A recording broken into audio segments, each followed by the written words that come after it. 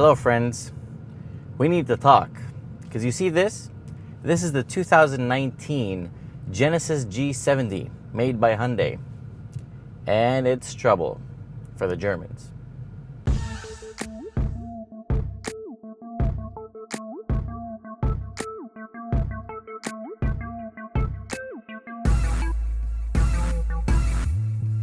It is an executive sedan. It competes against the Lexus IS, Infiniti Q50, Alfa Giulia maybe, BMW 3 Series definitely, Audi A4 S4, Mercedes C-Class, Cadillac ATS, and Jaguar XE. And the reason we need to talk is because it almost blows all of those away. The trim levels come pretty much as is, so there's not a lot to add to each one of them.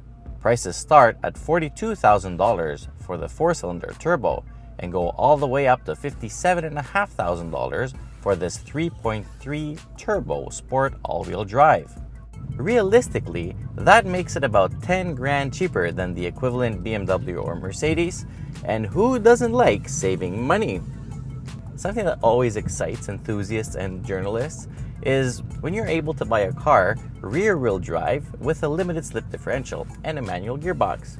And if you get the 2-liter turbo Genesis G70 Sport, then you get exactly that.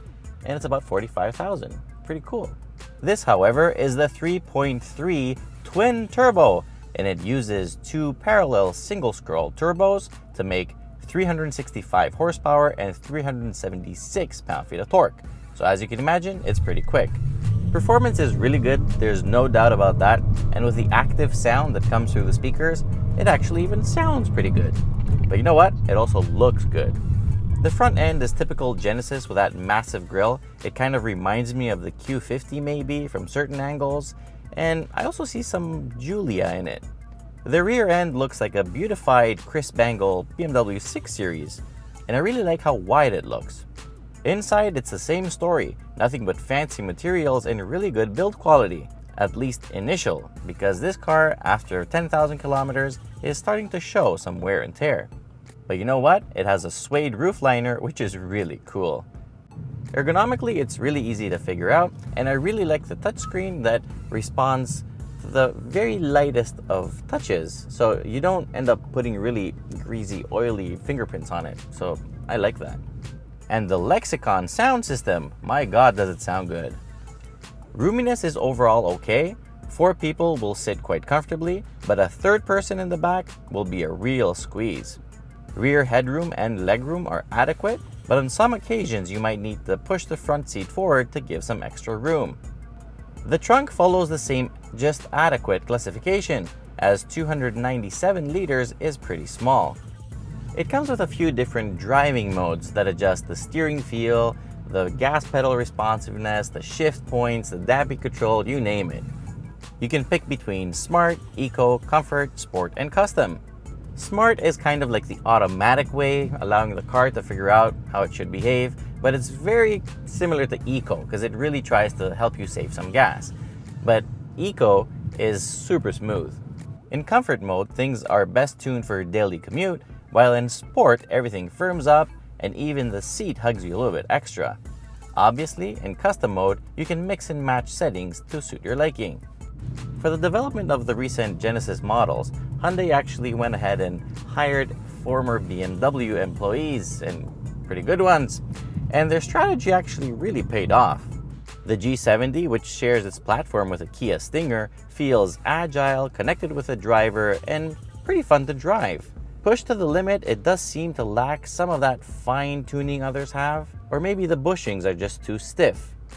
It just feels like the suspension movement is not free. The suspension is kind of too tight. It's like it has muscle pains after a workout and it's a bit stiff. And that's the small little detail that keeps it away from sweeping the floor with its competitors. In both Comfort and Sport, it does feel very sharp to drive. The steering is very direct and feels great, and the front end follows your input to the T. Funny enough, the all-wheel drive system feels extremely rear-wheel biased, and it's even possible to hang out that rear end when exiting corners at full throttle. Of course, having the limited slip diff helps, but you know what? They've even dialed back the stability control to allow that kind of fun, which is really good. The 4-pot Brembo brakes with a really thick 30mm rotors work really well and stop the car on a dime. The one area those former BMW employees couldn't really help is the gearbox, because BMW uses the ZF boxes. This gearbox it shifts quickly. It doesn't deny you shifts. It's a good gearbox, but once the gear is selected, you can feel a tiny little bit of slip. And for that reason, it's not as good as the BMW, the Jag, even the Mercedes and the Audi, actually. Also, in comfort mode, the suspension is about 20% harder than I'd like it to be, so it might be very good dynamically, but being a true luxury sedan also means keeping people relaxed and safe from bumps. The engine's performance, without doubt, is really good, but something a little bit questionable is the fuel economy. We've averaged about 15.5 liters per 100 kilometers, and that's like 10-15% worse than the best in class.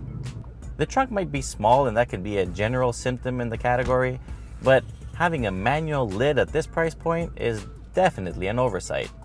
So there you have it. This is the Genesis G70.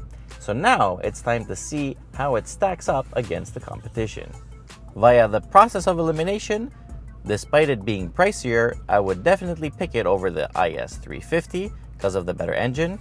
I would pick it over the Q50 because of the nicer interior and it drives better. And I would pick it even over the Cadillac ATS and Giulia because it's just better. You win! Perfect! So with half the competition out of the way, let's see how it does against the more pricier options. So what do we have here? Audi S4 really at this price point and power. You know what? I take this over the S4 because this is sharper to drive. Jaguar XE with the 380 horsepower. I would pick this because the Jaguar is way too much money and reliability is a little bit questionable. So I'll take this over the Jag as well. So that leaves us really with the two class leaders, the BMW 340 xDrive and the Mercedes C43 AMG. So here's what we got. The best looking one is the Genesis. The most affordable one is the Genesis. The most fun to drive on a daily basis is the Genesis. So that's 3 points for the Genesis. The roomiest interior goes to the BMW. The most practical car is also the BMW. The best riding car is again the BMW. So that's 3 points for the Genesis and 3 points for the BMW. The nicest interior goes to the Mercedes. The best sounding car, AMG exhaust, is the Mercedes. And the Prestige Award, like the most luxurious car in the segment, is again the Mercedes. So we have 3 points each. Well, what do you know? So with only performance, fuel economy, and overall appreciation remaining, let's see who's the winner. So in not random order at all, the best one on gas is the BMW. Performance-wise, in a straight line and around some turns, the BMW and the Mercedes I think are going to be within a hair's width. I mean, they're so close. The BMW is a bit quicker in a straight line, but the Mercedes is a little bit lighter, so I think it could turn a bit quicker. So those two are like extremely closely matched. So the question is, do you think the Genesis is quicker or slower? Because what I mentioned earlier, the problem with the suspension not being fine-tuned, having those growing pains, let's call them, I think that would make the Genesis slower. And don't get me wrong, they'll all probably be really close to each other, but I do feel the G70 would be last. At this point, it's pure nitpicking. It's very difficult. It's not easy at all to find a winner in this category. So if we consider that the BMW is the better car on gas, and let's say the Mercedes will edge the BMW on a track, that's 4 points for the Mercedes, 4 points for the BMW. So because Genesis did such a great job, I will give it the general appreciation point because good for them for making a car that's so closely matched to their rivals. Overall score 9 out of 10 and 2 huge thumbs up.